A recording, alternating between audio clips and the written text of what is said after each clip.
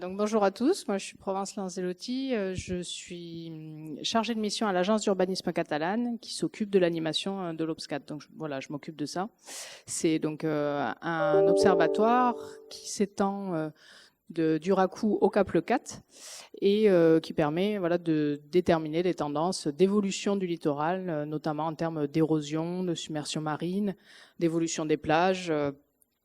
De volume sédimentaire essentiellement, mais on travaille également sur la question de la biodiversité des dunes.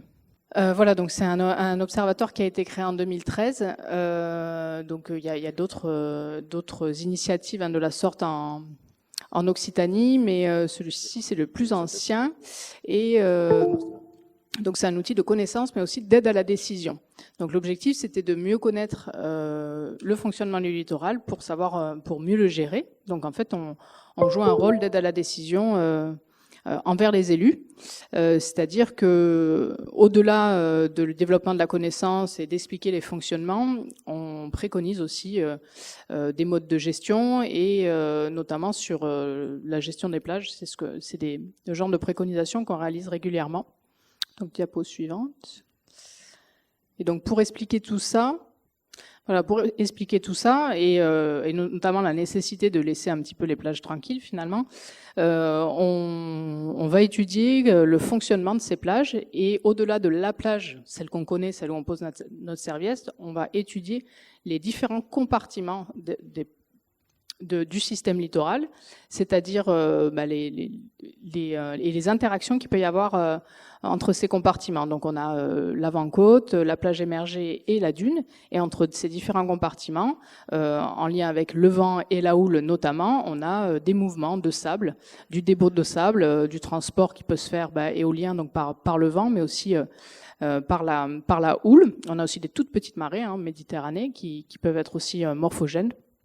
Donc voilà, tous ces compartiments ont des interactions entre eux. Donc diapo suivante. Le premier compartiment, donc c'est la plage immergée. En fait, c'est très important la plage immergée parce que c'est l'essentiel du stock sableux du littoral roussillonnais se trouve sous l'eau, sous forme notamment de barres sédimentaires. C'est des amas de sable sous-marin. On le voit bien là sur la photo, on les voit en transparence. Ensuite, diapo suivante, on va avoir la plage émergée, donc celle qu'on connaît le mieux, puisque c'est celle sur laquelle on marche, et donc c'est là où on va trouver la laisse de mer essentiellement. Donc ces dépôts déposés par la mer. Et ensuite, diapo suivante, on arrive sur notre dune.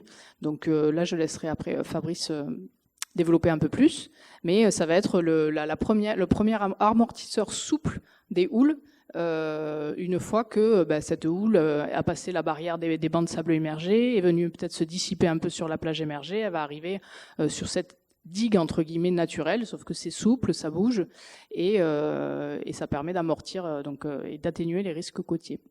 Diapo suivante.